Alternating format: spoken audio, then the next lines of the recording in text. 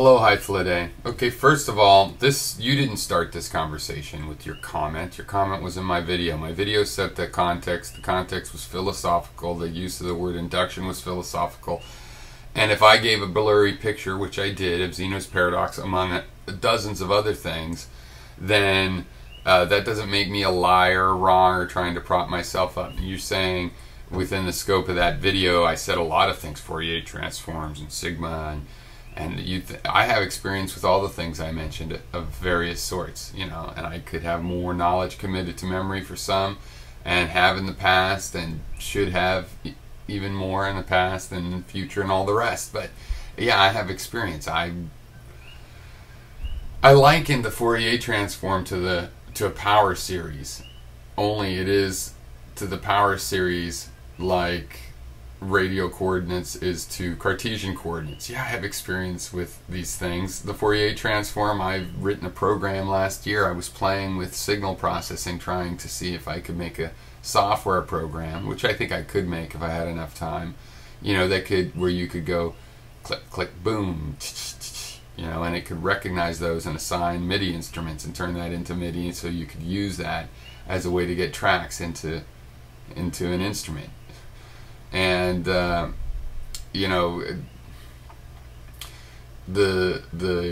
Cantor's stuff, the most clearest thing I remember is really just a video on it in high school that was really moving to me. In this video to Barklord, more of my view on science's faults in our mess, was about that sort of thing, a personal moment of something clicking with me that's good and talking about the subject of science.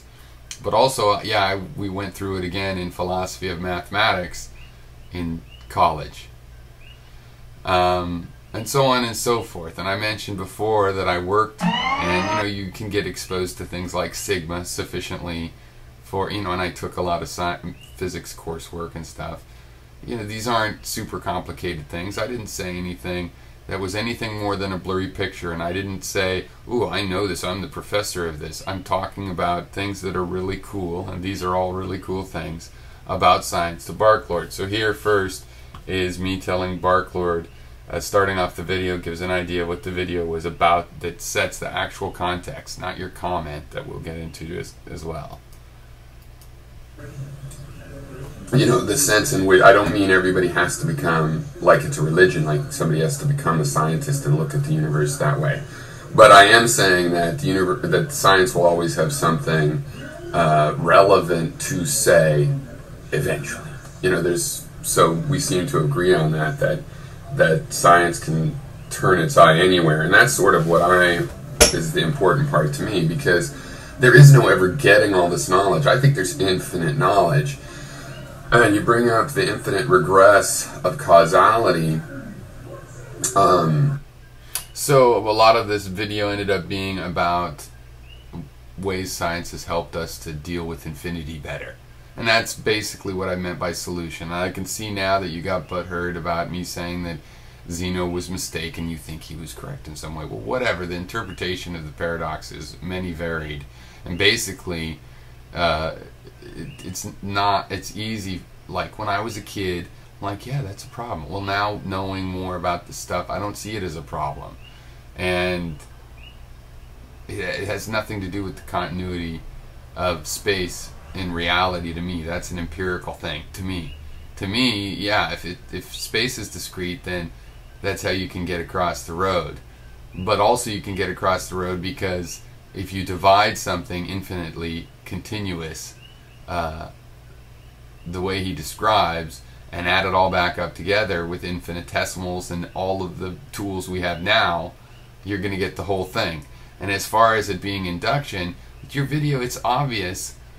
Why do you think they taught you induction in first year? You are using that as a basis. And then when you get into limits and you have the big N instead of the little n, and you're still talking about case n and case n plus 1 and where it goes, yeah, there's a relationship between using induction to figure out the nth case and going from the nth case to n is approaching infinity. Yes, I'm sorry, that does involve induction is dependent in a philosophical sense.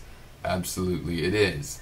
All right, now you got butthurt. Maybe I do misspeak and could be better informed about being more careful to say that he was, I didn't say simply mistaken. I'm about to play it, but mistaken at all. I mean, my main point here is just that we're handling infinity so much better. It's really almost the audience of Zeno that I'm concerned with. I'm saying people listening to Zeno's paradox have better tools now because of math and science to understand what's really going on in that case than they did at Zeno's time or when I was younger and didn't know about those things.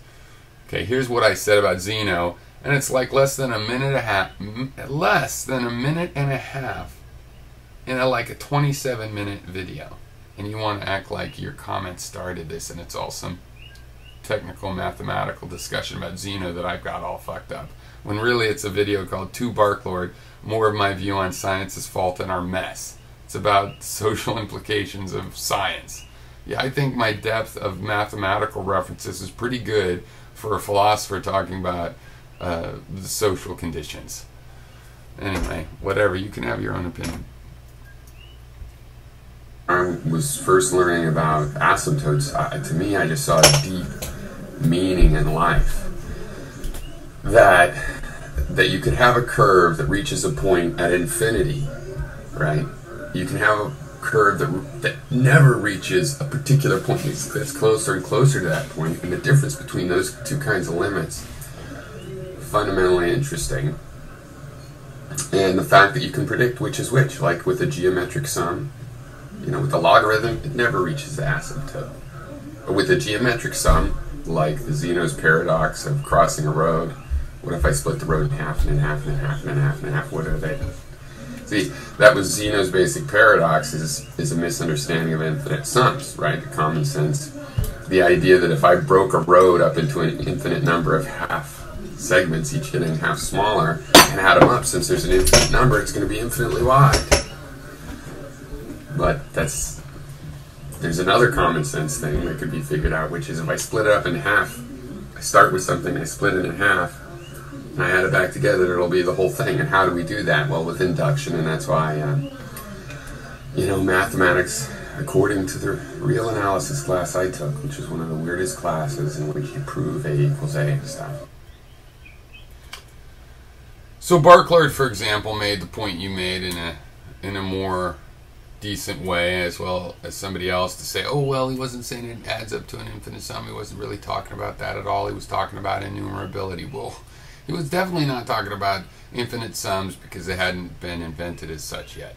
But that's true, and I think in a technical sense that's true. I also think that it can be an over-reading of ancient texts to project back too much highly technical attitudes. They were feeling their way through this with much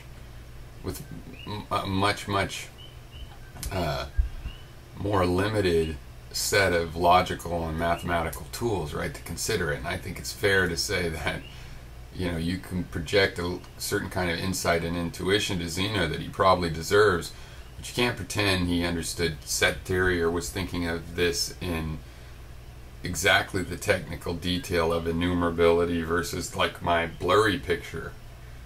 But okay, I agree, just like I agree that, yeah, induction is used to find the nth case. And, the relationship of doing that to dealing with infinity is not, to me, a big leap. It's sort of obvious, and it's why they always teach you the one right before the other and then rely on that being known. So, also, I would point out that I obviously was referring to an inductive argument, which is what convinced me that Zeno's paradox was actually just a comprehensible situation, which was that no matter how many times you split a road up, n times, you add the pieces up, it'll be the whole width of the road.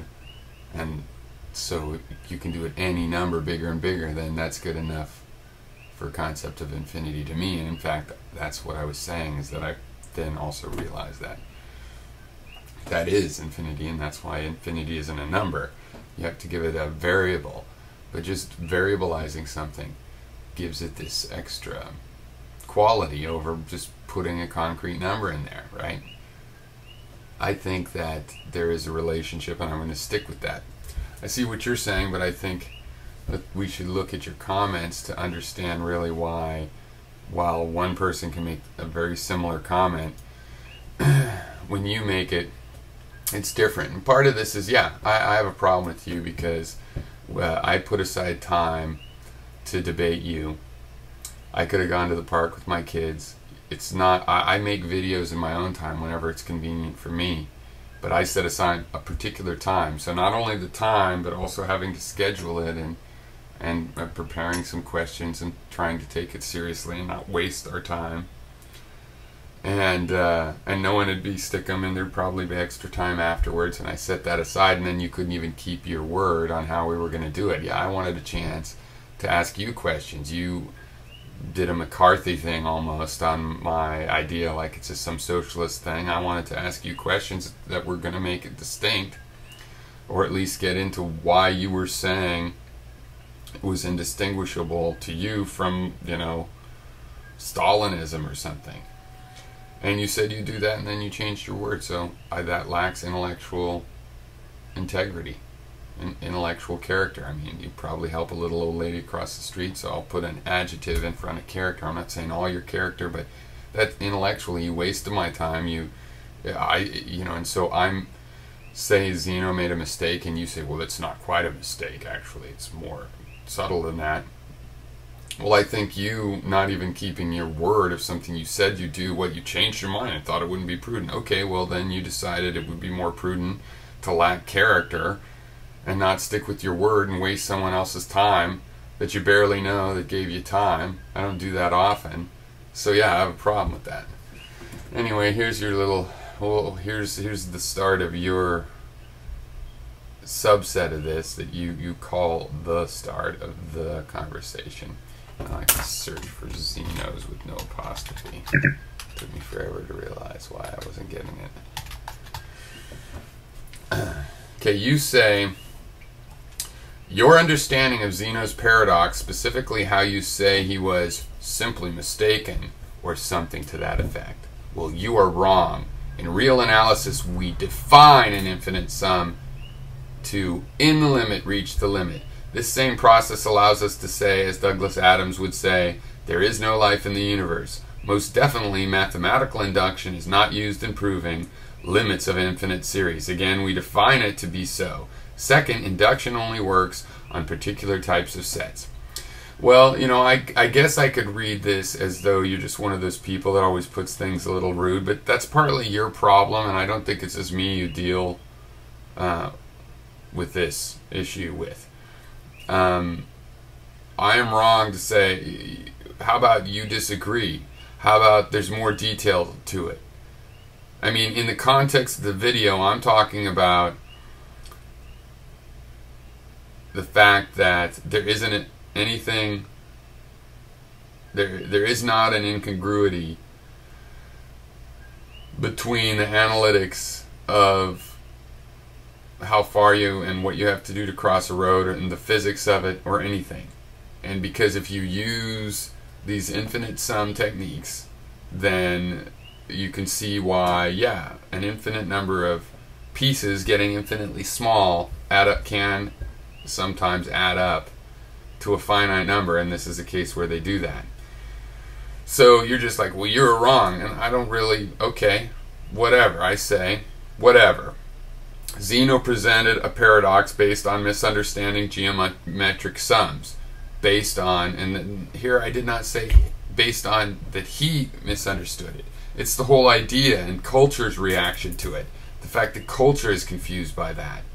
You know, I would agree that Zeno probably had a more, well, not probably, for sure had a more subtle understanding of his own paradox and a personal meaning that maybe some of you guys have gleaned out of it.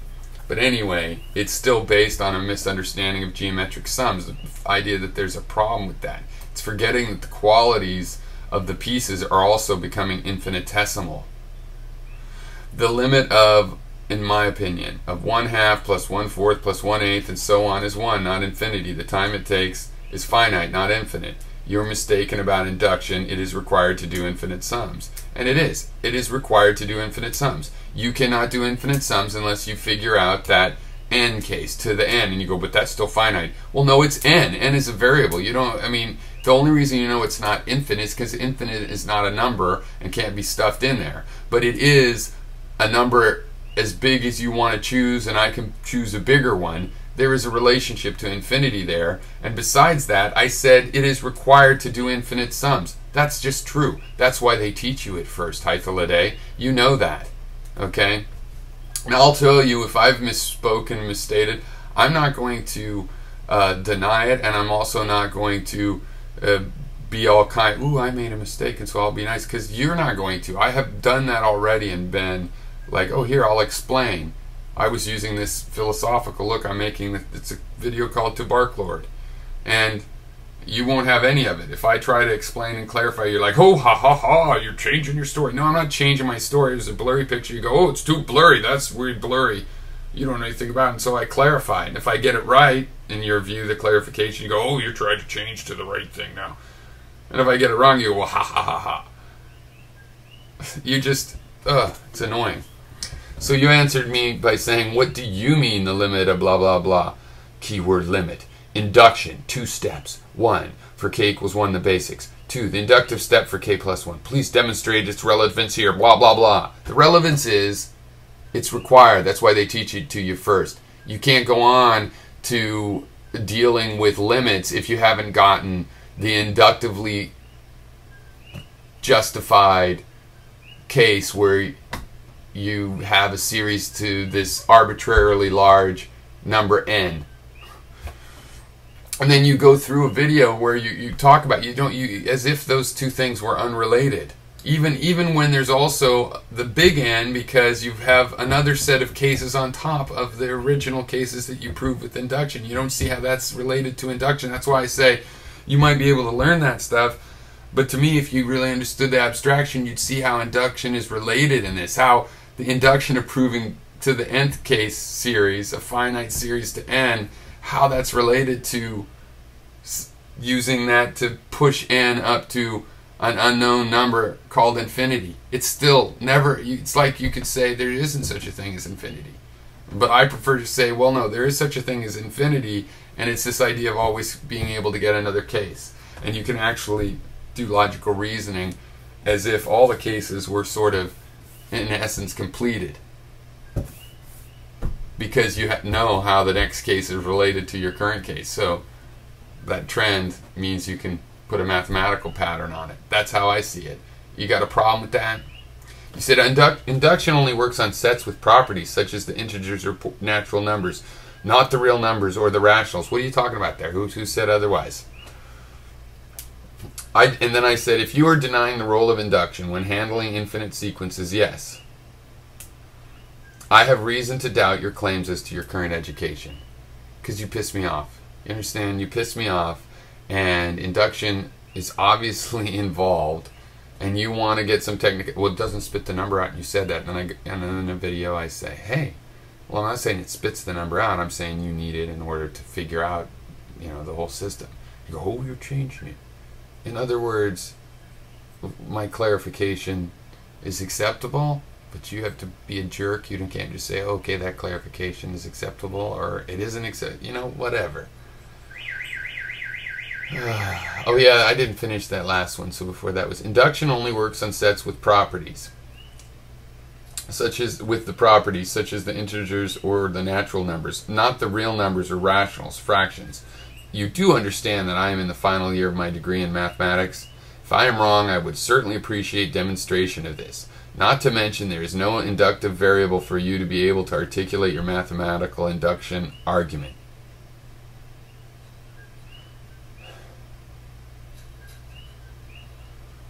Okay, after I said that denying the role, I said, well, come on, back up your statement. That's when you got vindictive, and I know you would, because you always come up with this, oh, I've got to vindicate myself. Your words many times, several times.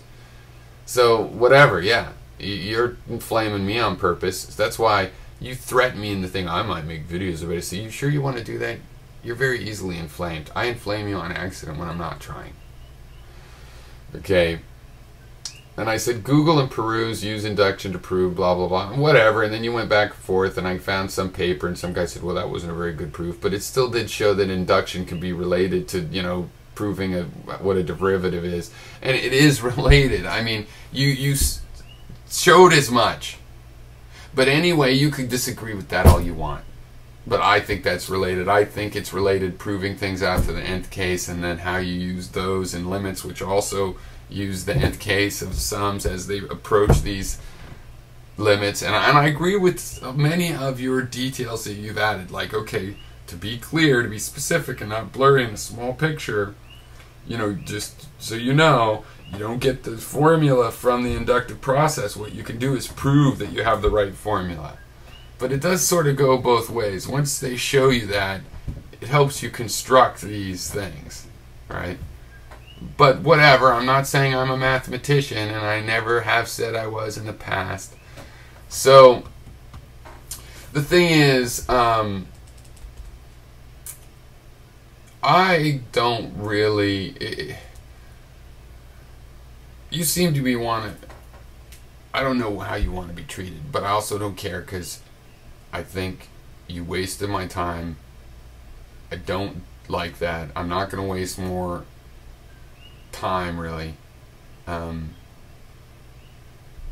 using time, but hopefully I'm deciding it's not wasted. But I'm not going to beat around the bush giving you the benefit of the doubt, because I don't think you deserve it.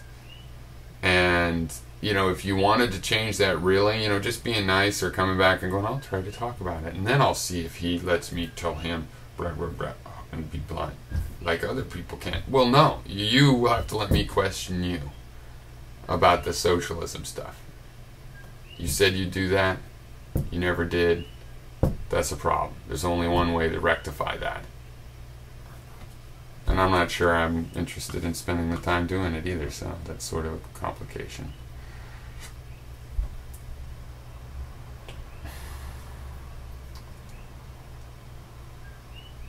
The context of all of this conversation is my video to Barklord, okay, and whether these are the cool things of science. You obviously think the Zeno thing is cool, and that I actually made it less cool by saying he was mistaken because he's one of the cool things about it. Whatever. You don't even see that that's more of an agreement. That's why I'm not impressed by you. That's why if you keep talking to me and maligning my character, yes, I will probably say things that bother you about you. And you can think that's okay because, look, you bothered me too, but it's not a good trade for you, basically. And I don't want to do that. I was trying to explain to you, hey, here's how we miscommunicated. Look, I'm just talking about the philosophical stuff. Hey, here's what the video was really about. And you're like, oh, look, he's changing the definition. Doesn't he know we're in the middle of a very high... Hey, you can't use a philosophical definition in a highly technical mathematical conversation like a video called To Barklord. More about science and society. Yeah, you know what? Get your clue together. I'll be nice to you. Or just leave me alone because I don't like your way of interacting, you know, and you are going to threaten. Now we're going to all kinds of characters. Okay, I suggest not, but do it if you want to. Do whatever you want, and I will decide to ignore you or watch you or interact with you, and I will decide. Okay, but you are going to find out you don't get to start conversations from... I started conversations here in a reply to this guy's comment. I started a conversation to come in right into the middle of a conversation going on with Barklord. I started a conversation. Don't you know this is highly technical? Oh, you're so sloppy about your math in the middle of a conversation that is just referring to math in passing among a lot of knowledge. Taking a survey, and then you're going to complain. You mentioned a lot of different things. Why didn't you go into depth about Fourier transforms and all those things? If you want to mention those words, you should be able to do an hour, and it should have been a 20-hour video on those things, you know, or whatever nonsense that doesn't make sense because you haven't thought it through. And you're going to keep trying to vindicate yourself. I'm not going to react well to that if you think I'm going to start reacting well. No. I don't think so. Not in a way that you're going to like. I'll be satisfied with it.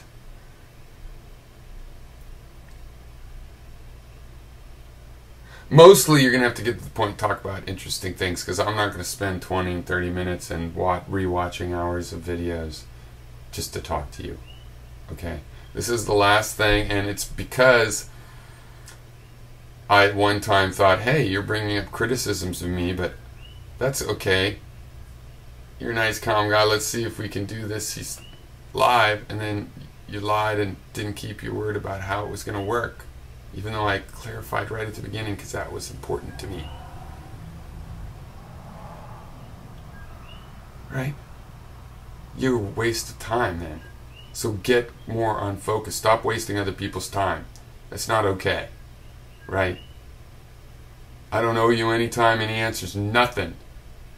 And you just take the time to go, oh, you won't answer me after all time answer. Oh, yeah, but you spent all that time, but it doesn't count. Oh, you showed up and put outside a whole afternoon, you know. Could have done other things. You got family you could spend that time with. Doesn't matter. Your time's mine to use or waste or whatever. Yeah, no. Okay, so you want to talk about this stuff? Hey, you think you got a great point? Well, I'm sure a bunch of idiots will go, oh, like biodegradable. I will get on that train. Okay, fine. Yeah, I don't even, ultimately it doesn't, it's not an insult. Once I realize you're just looking for a way to feel hurt because I don't like him, he gave me a wrong impression, he acts like he don't me, or I just don't like him, then what's the matter? You're not talking on the topic. You should have been saying Zeno's paradox. I do agree that's really cool and awesome, but I think you know, it was too blurry of a picture. It almost bothered me. It did bother me. As a matter of fact, I think you're an asshole, but let me just tell you what I think about it. Did you know I had a video? No, nothing positive like that. You're wrong, not simply mistaken. Like I was going, you're just simply mistaken. It was just words about, we know a lot about the Zeno's paradox now, a lot more than back when Zeno was living, and we as a culture absolutely certainly do. And to answer all the things you, Mr. Genius, know about series and limits does require teaching you first year induction, because inductions use kind of a lot of math. And it is the way we figure these things out. And that's all I have more to say about that. And you go, well, you can prove it. No, you proved it in your video. You showed how they're related. You showed how figuring out how the nth case works is directly related, so that next year they can teach you how to, based on that, actually prove the infinite sums and get calculus and all the rest. So, thank you.